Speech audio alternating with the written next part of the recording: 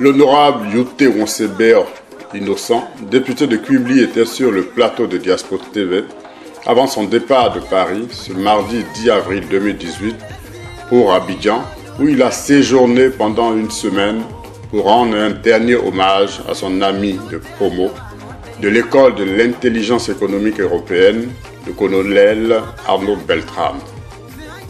Arnaud Beltrame est un officier supérieur de gendarmerie français, mort assassiné le 24 mars 2018 à Carcassonne, connu pour s'être volontairement substitué à une otage au cours de l'attaque terroriste du 23 mars 2018 et avoir succombé aux blessures reçues à cette occasion. L'honorable Yoté profitera de cette entrevue avec Diaspora TV pour présenter son parcours politique et professionnel, donner les actualités de Quibli et du Guémont, pour enfin expliquer les raisons pour lesquelles il est candidat au poste de président du conseil régional du Guémont. Nous l'écoutons. Bonjour, je suis Innocent Yoté, le député de la circonscription de Quibli, Nindrou, Totodrou et Ouiabli-Nyandrou, vice-rapporteur de la commission des affaires générales et institutionnelles au sein de l'Assemblée nationale Côte d'Ivoire, mandature 2016-2020 et membre du groupe parlementaire Vox Populi. Voilà. En termes de parcours professionnel, je suis d'abord enseignant, donc j'ai démarré en tant qu'enseignant. Après, je ne peux pas dire c'est en la faveur ou c'est de la crise en 2002, je suis passé par des voies détournées comme tous les militants du Front populaire ivoirien qui étaient traqués, parce que j'étais en service au nord, à Dabakala précisément. On s'est retrouvés à Abidjan. Et là, j'ai fait un diplôme d'ingénieur commercial en commerce international et marketing appliqué à l'Institut national polytechnique au Fourbani, à l'école de formation continue à Kouroditanga. Et je suis rentré donc comme consultant à la Chambre de commerce et d'industrie du Côte d'Ivoire. D'abord en tant que délégué consulaire et puis ensuite conseiller, avant d'aller après faire 4 ans au ministère du Commerce en tant que conseiller technique en charge du commerce intérieur. Voilà, aujourd'hui je suis administrateur, fondateur, consultant dans un cabinet que j'ai créé, Winov Synergies, qui fait de l'intelligence économique et du marketing digital. Parce que justement, je suis diplômé au 3e cycle en intelligence économique, à l'école européenne d'intelligence économique. J'ai fait un MBA en marketing digital à l'Institut supérieur du commerce de Paris. Donc avec toutes ces compétences aujourd'hui, j'apporte, je fais de la formation et puis des conseils aux entreprises avec un cabinet, avec une petite équipe. Voilà un peu en termes professionnels et en termes de parcours ce que j'ai aujourd'hui. Au plan politique, à l'époque, donc comme tous les jeunes de mon âge, j'étais dans le milieu associatif et politique s'entend, donc j'ai été président de la jeunesse communale à Adjamé, président de Adjamé Vacances Culture 96, 97, 98. Syndicalement, j'ai été militant de la Fédération estudiantine scolaire de Côte d'Ivoire, responsable donc de cette structure au niveau de la cité universitaire de Yopougon, qu'on avait baptisé à l'époque le KwaZulu-Natal. Et donc c'est à la faveur de mes activités militantes au sein de la FESI que j'ai connu la détention en mai 1994, quand justement on manifestait pour célébrer les événements de Yopougon.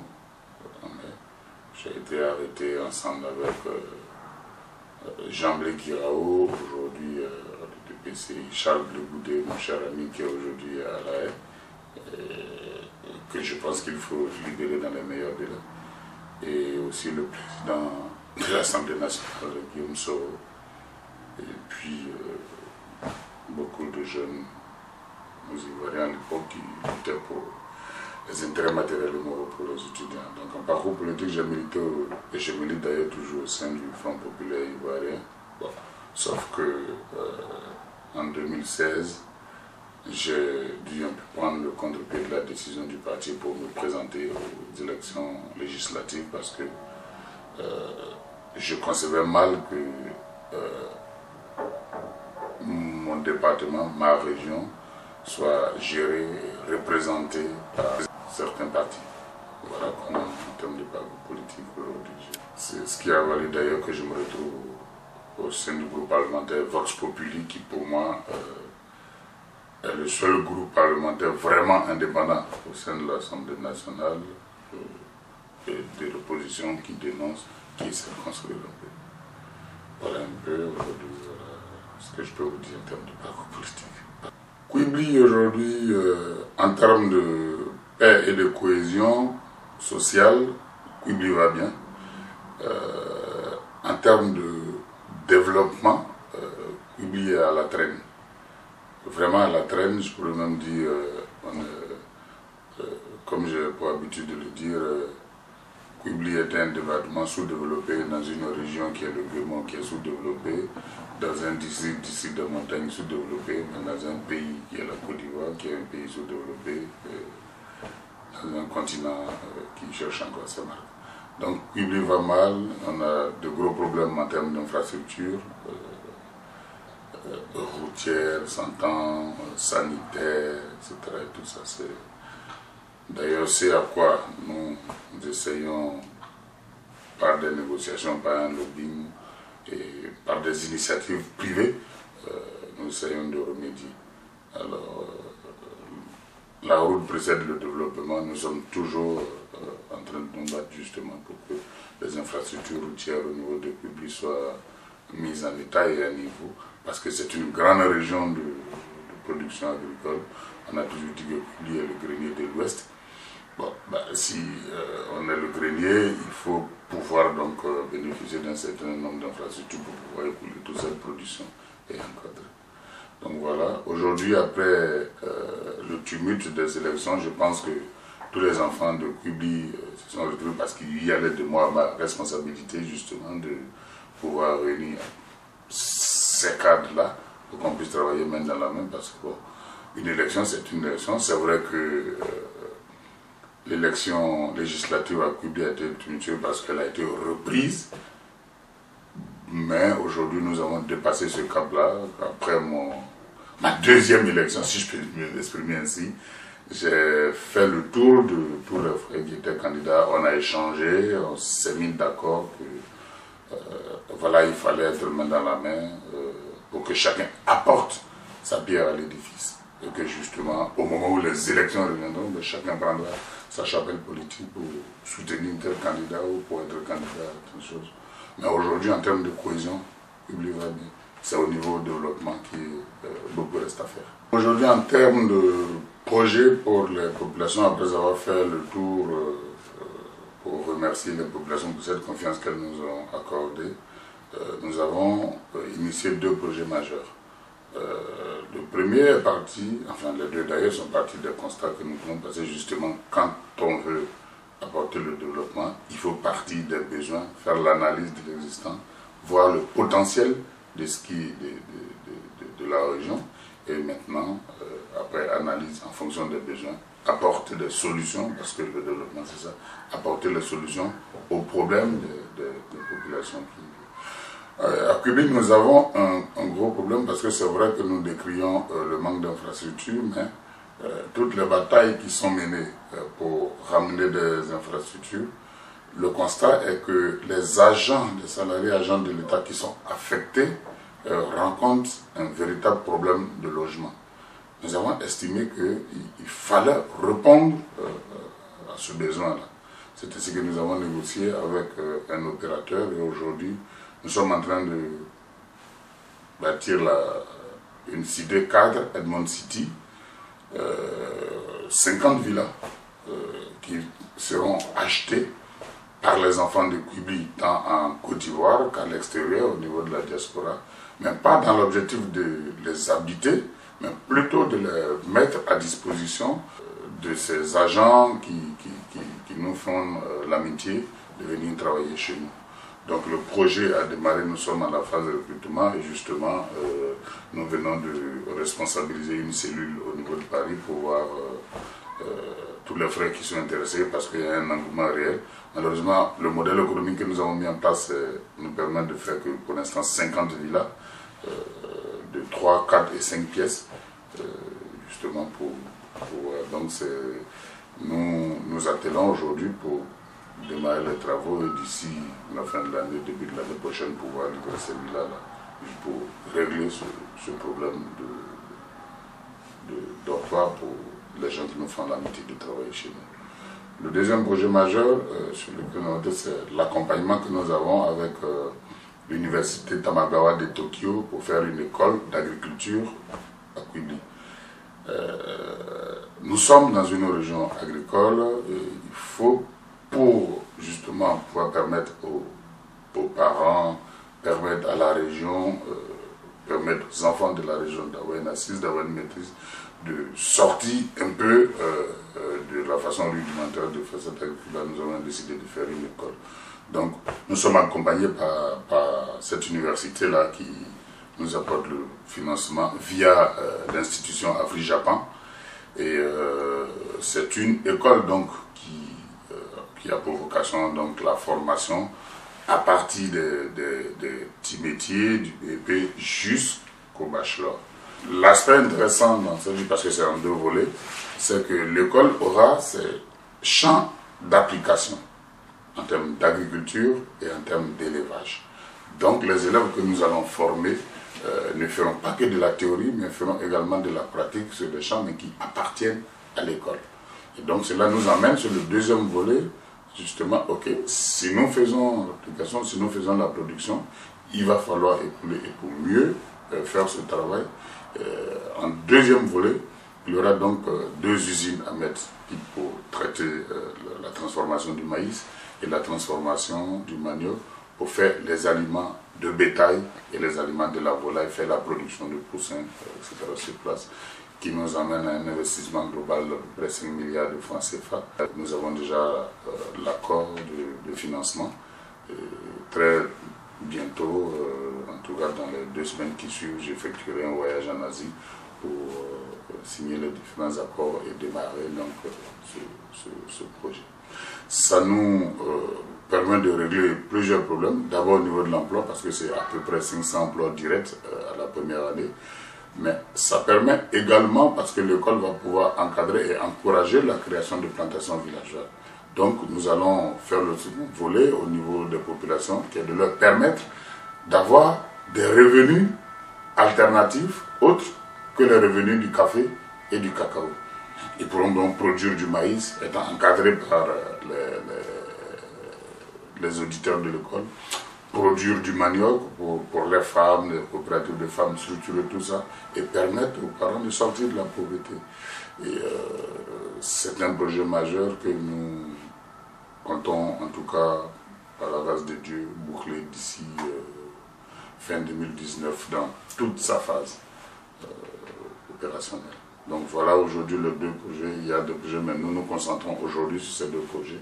Pour faire, bien évidemment, nous continuons aussi la négociation pour le bitumage de l'axe Quibli-Man, l'axe majeur, mais il y a également à ouvrir, si notre chef-lieu de région c'est Diopé, il va falloir ouvrir la route Quibli, Diopé, Bambolo, Quibli pour relier Fakouli, Quibli, pour relier justement les 4 départements de cette région-là entre eux. Donc voilà aujourd'hui ce à quoi nous nous consacrons. Ça prend beaucoup de temps, ça prend beaucoup d'énergie, mais c'est la vocation pour laquelle nous sommes venus sur la scène politique. Au niveau de la diaspora, moi je me plais toujours à le dire, hein, beaucoup de pays ont tiré profit de leur diaspora.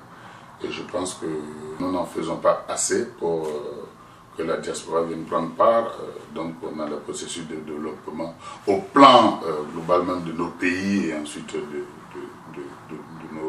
nos régions, nos circonscriptions. Pour moi, c'est des personnes qui ont un avantage extraordinaire, qui ont appris à faire des choses, qui ont vu des choses différentes de ce que nous avons l'habitude de faire sur place. Alors il faut arriver donc à pouvoir capter ce savoir-faire-là et puis pouvoir le mettre à profit. On n'en sera que gagnant.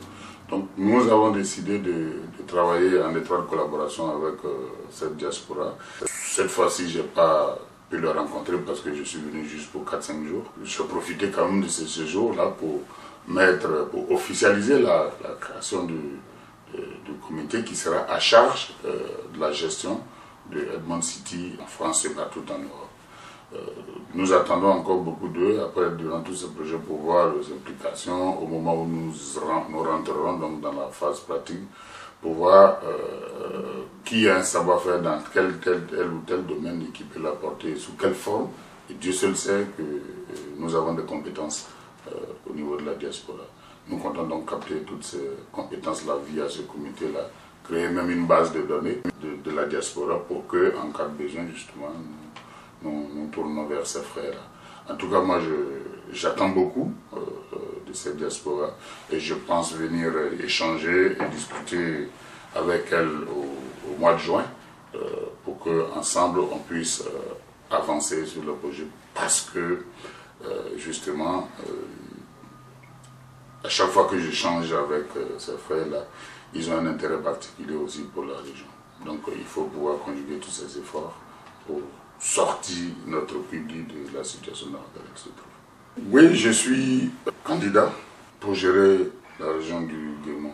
Je suis candidat pour apporter un plus. Le temps du débat arrivera, le temps pour les uns et les autres de défendre leur bilan et proposer leur programme. Mais j'estime que cette région n'est pas bien gérée, n'a pas été bien gérée. Cette région n'a pas exploré tout ce qu'elle avait comme potentiel et tout ce qui devait être mis en place par ces structures de développement en matière de conception. Parce qu'il ne faut pas se cantonner juste à gérer. L'État ne peut pas tout faire. Donc ce sont des instruments qui sont mis à disposition justement pour permettre de booster le développement. Et ce qui nous a été constaté de voir durant ces 5 années, MAPAN était très largement loin de nos attentes. Donc nous estimons pouvoir apporter un plus. Mais aujourd'hui, comme je le dis, le temps du débat arrivera. Mais nous avons un potentiel énorme. On ne peut pas gérer une région ou prétendre la gérer sans chercher à avoir la cartographie complète de ce qu'elle a, de ce qu'elle peut apporter et de ce qu'on peut lui apporter et sous quel axe il faut appuyer pour déclencher donc, son développement. Nous sommes une région agricole, nous sommes une région minière, nous avons une jeunesse très dynamique parce qui m'a été constaté de voir. Alors à partir de là, nous avons bâti une stratégie, bâti un plan de développement sur du long terme. Et quand on a une région comme le Guémon qui a connu ce que tout le monde sait aujourd'hui dans le monde entier, il faut agir en apportant, en apaisant ces populations, en donnant confiance à ces populations, en rassurant ces populations avec ce type d'instrument de développement, en mettant des mécanismes en place pour que justement ces jeunes-là puissent se prendre en charge, ces femmes puissent se prendre en charge et non se contenter juste à bâtir des choses. L'autre axe que nous voulons, c'est que quand vous avez un tel instrument de développement entre vos mains et que vous voulez vraiment apporter le développement, il faut répondre aux aspirations et répondre aux besoins des populations. On ne peut pas dire parce que moi je veux mettre des choses juste pour une satisfaction personnelle. Vous ne pouvez pas aller dans un village, dire que je vais vous amener une maternité, là où et mettre une maternité, alors que les gens ont plus besoin d'eau que de maternité, parce que justement il y a une maternité à 500 mètres à côté. Ça, ce n'est pas apporter du développement. Nous estimons qu'il faut mettre fin à tous ces dérapages. Nous estimons qu'il faut mettre fin à beaucoup de vuvuzela politiques quand même dans la région et sorti un plan réel de développement. Le président sortant a commencé à faire un travail remarquable en sortant une étude technique avec le BNET. Bon, malheureusement, ce qui nous a été constaté de voir, c'est beaucoup plus de communication et beaucoup de bruit autour du plan, mais en termes de mise en œuvre, jusque-là, nous sommes au stade 0. C'est inconcevable pour nous. La région a assez souffert, la région a un potentiel énorme, il faut déjà sortir vraiment une cartographie complète, comme je l'ai dit, et nous avons travaillé à tout cela. Nous estimons que il y a un travail à faire, nous avons un carnet relationnel assez intéressant. Aujourd'hui, nous faisons une école d'agriculture à Kubli. Elle aurait pu être régionale et être implantée dans le chef-lieu de région. Mais par rapport à la gestion de la région, comme je le disais, nous avons encore beaucoup d'actions, beaucoup de choses à faire. Mais le temps du débat arrivera, le temps des programmes arrivera et nous comptons grandement de faire nos choses. Bien sûr, comme beaucoup le disent, est-ce que vous êtes prêts à faire des alliances, vous êtes prêts à... Moi, je ne suis pas dans l'ambition. Moi, je suis dans une vision. Où doit se trouver la région du Guémont en 2020, 2025, 2030? Moi, je suis dans la prospective. Est-ce qu'il y a des frères qui aspirent justement, qui ont les mêmes aspirations, avec lesquels on peut bâtir un projet en commun? Ça ne me dérange pas du tout. Peu importe, même le dernier de la liste, pourvu que cette fusion-là soit faite. Mais arriver à une situation où le moi, les égos des uns dépassent le moi des autres, là je ne me sens pas concerné. Non, il faut une vision commune, mais l'ambition personnelle, vraiment, c'est pas ma tasse d'été. Donc, est-ce qu'il y a si jamais je trouve des gens qui ont un programme assez cohérent, avec qui on peut avoir un minimum de confiance, avec qui on peut partager les mêmes visions, avec qui aussi on a les mêmes ambitions politiques, parce que je ne suis pas forcément quelqu'un qui défendrait coûte que coûte une chapelle politique. C'est un outil de développement. Bon, là, vraiment, ça ne m'intéresserait pas. Et moi, j'irai jusqu'au bout pour faire triompher mes idées, pour faire passer mon programme, avec mon équipe, qui est une équipe pour construire. Parce que nous devons construire, nous devons reconstruire le Guémont. Nous devons ramener la paix et la quiétude dans le Guémont. Nous devons ramener le bon vivre dans le Guémont. Nous refusons que cette région soit toujours le théâtre des atrocités. Nous refusons que cette région soit toujours sous la lumière des médias par rapport aux faits divers. Non, les populations, le peuple ouai, les populations qui vivent dans ce Guémont ont le droit de vivre. Ces populations ont le droit de profiter justement de cette partie sur l'open de terre que les aïeux leur ont mis à disposition, leur ont légué, pour qu'eux aussi puissent le léguer aux générations futures. Ces populations qui vivent, qui font l'amitié de vivre sur ce ont le droit de vivre en harmonie, parce qu'elles ont toujours vécu en harmonie avant que la politique ne vienne foutre s'aimer la dysanie dans cette région. Nous estimons que nous avons la capacité intellectuelle, morale, humaine, de ramener cette paix-là et de booster le développement, parce que c'est possible, ça peut se faire. Donc voilà pourquoi je suis candidat. Je suis candidat et nous avons la certitude que justement nos parents nous feront confiance. Nous font confiance d'ailleurs et que nous allons gagner pour transformer le Guémont en espace d'une génération. Évariste, conflit, moi je ne voyais vraiment pas en termes de conflit. Ce qui me chagrine avec mon frère, c'est l'inconstance dans les actions que j'arrive pas toujours à comprendre, mais comme je le dis et je le répète, c'est des incompréhensions entre frères qui trouveront toujours une solution.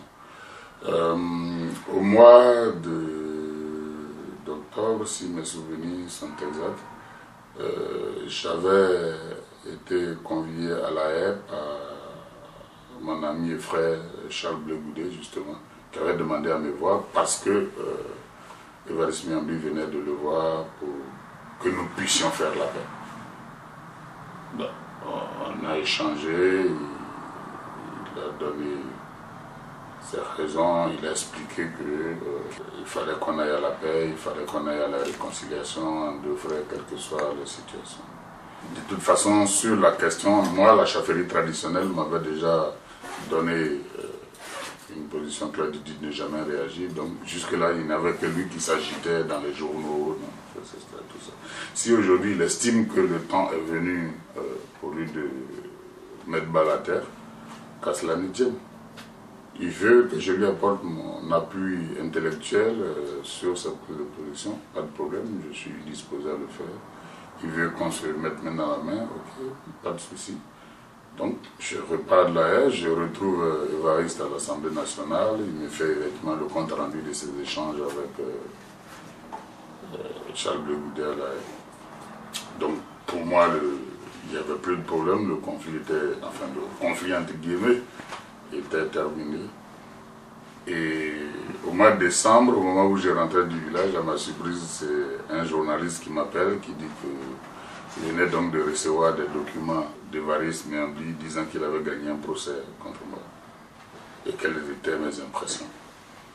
Bon, j'ai répondu au journaliste que c'était un épiphénomène, comme il parle de décision de justice, et j'attends donc d'avoir la décision de justice pour savoir qu'est-ce qui m'est reproché, et sur quoi, je suis curieux de savoir sur quoi un juge serait fondé pour me condamner au mépris des règles de fonctionnement de l'Assemblée nationale. Mais je peux vous assurer que jusqu'à aujourd'hui où je suis en train de vous parler, aucune décision de justice ne m'a été signifiée. Puis, toutes les démarches que mes proches ont faites auprès de la justice pour obtenir cette décision de justice sont restées vaines.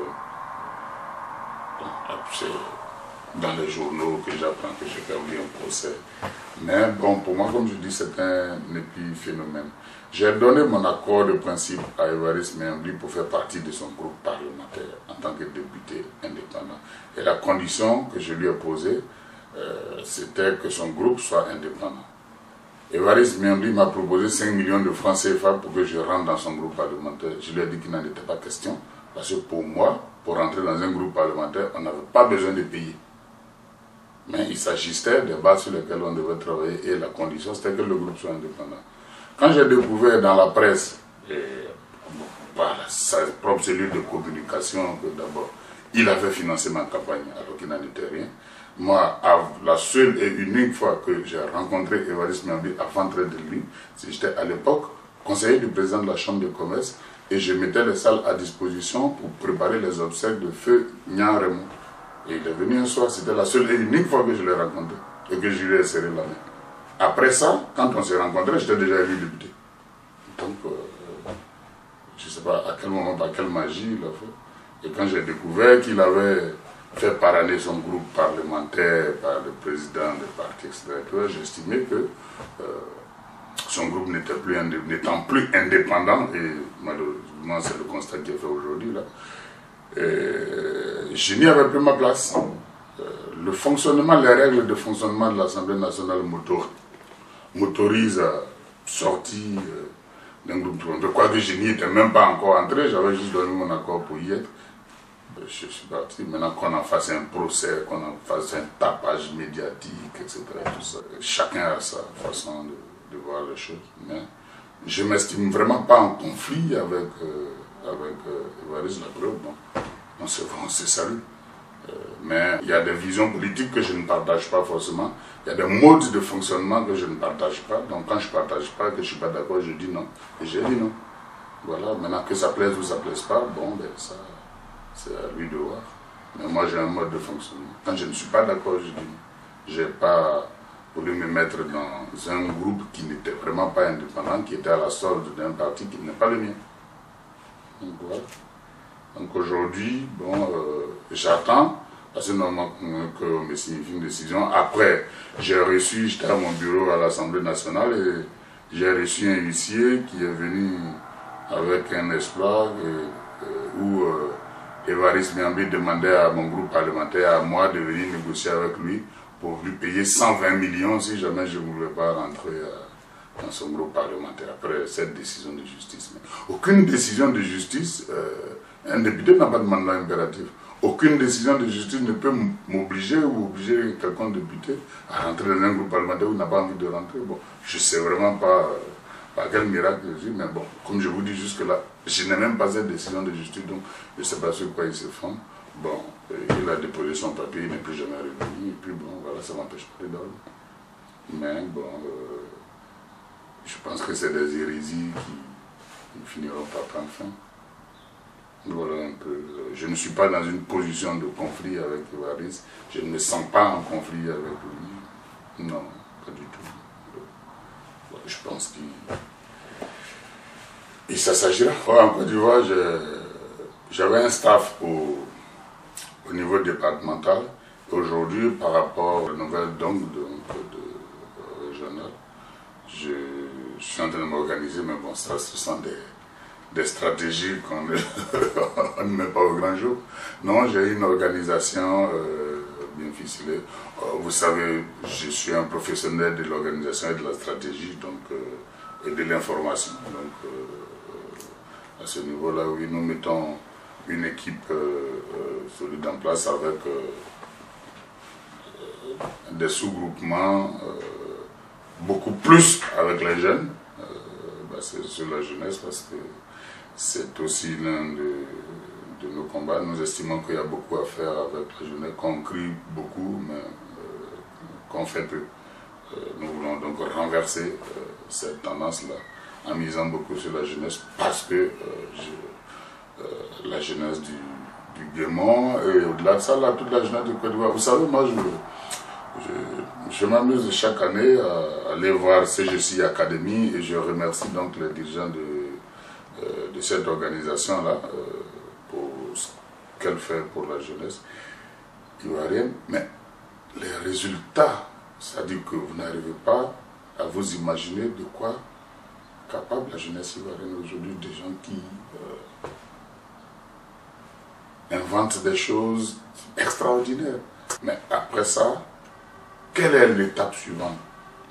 Que devrons-nous faire pour que justement cela puisse être incrusté dans des entreprises? Parce qu'aujourd'hui, quand vous faites l'analyse au plan international, beaucoup de grands groupes, justement, avec ce type de résultats, prennent cette jeunesse-là, au lieu d'investir des centaines et des dizaines de millions de milliards dans la recherche et le développement, créer des conditions pour que ce type de jeunes qui sont inventaires, qui bien sûr cadrent avec les objectifs de leurs entreprises, laissent libre cours à leur imagination et sortent des choses extraordinaires. Il faut qu'on en arrive là en Côte d'Ivoire.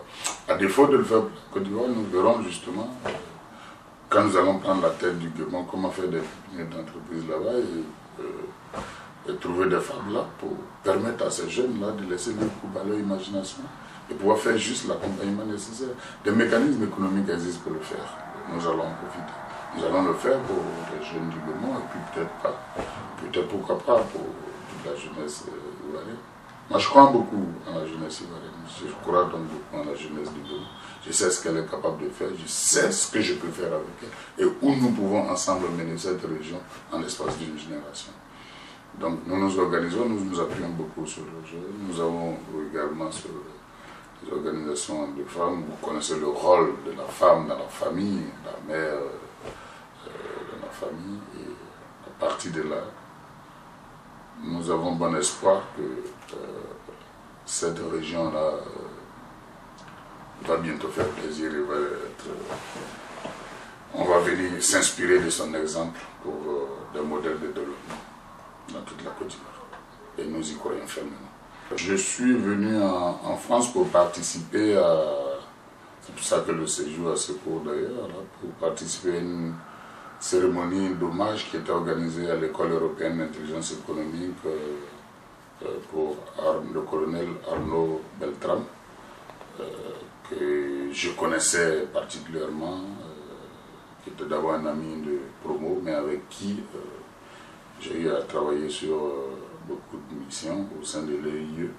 Donc j'étais là, il fallait que tous les membres de la promo soient là parce que notre promotion, la 10e promotion, donc, a été rebaptisée promotion colonel Arnaud Beltrame. Et donc il y a une nouvelle remise des diplômes.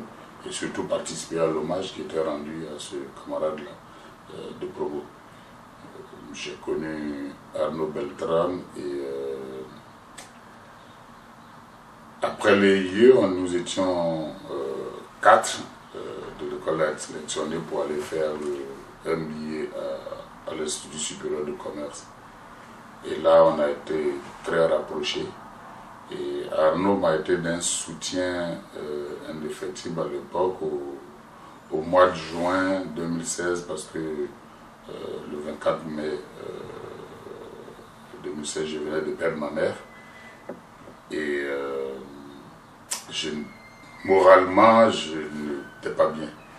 Et il faut l'avouer, les 3 autres, Arnaud, Magali et Thierry, principalement Arnaud, ont été d'un soutien pour que je puisse revenir à la surface et aller pouvoir faire ma soutenance le 24 juin. Et là encore, Arnaud était là, puisque nous avons fait la soutenance au siège du ministère de l'écologie où il était en fonction. Il a aidé toute la promo en termes d'organisation.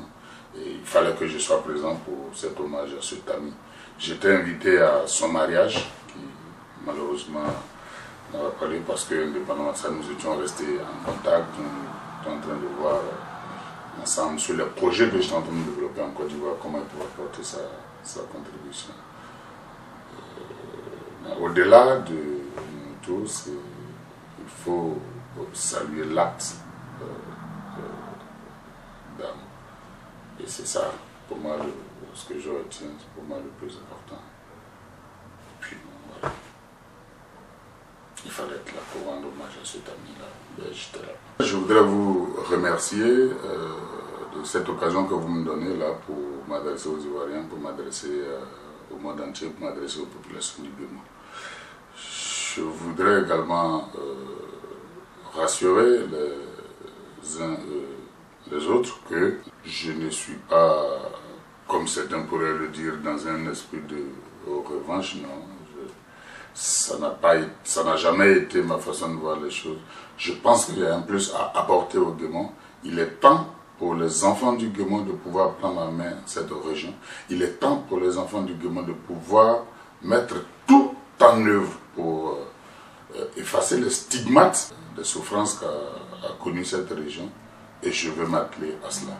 Et je veux le faire, c'est possible de le faire, c'est possible de transformer cette région en l'espace d'une régénération.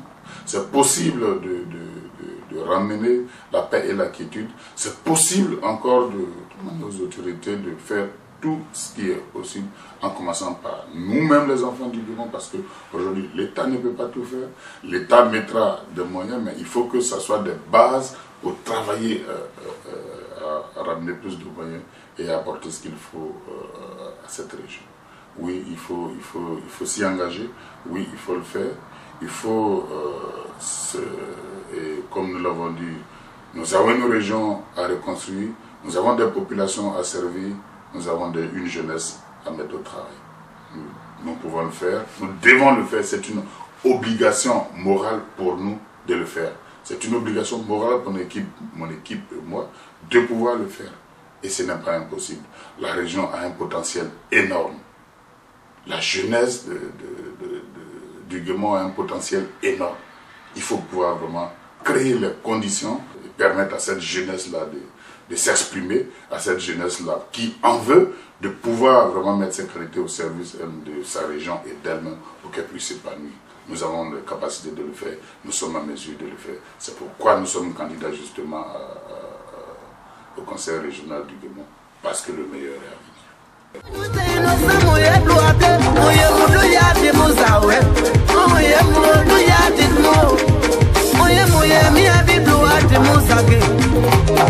Innocent,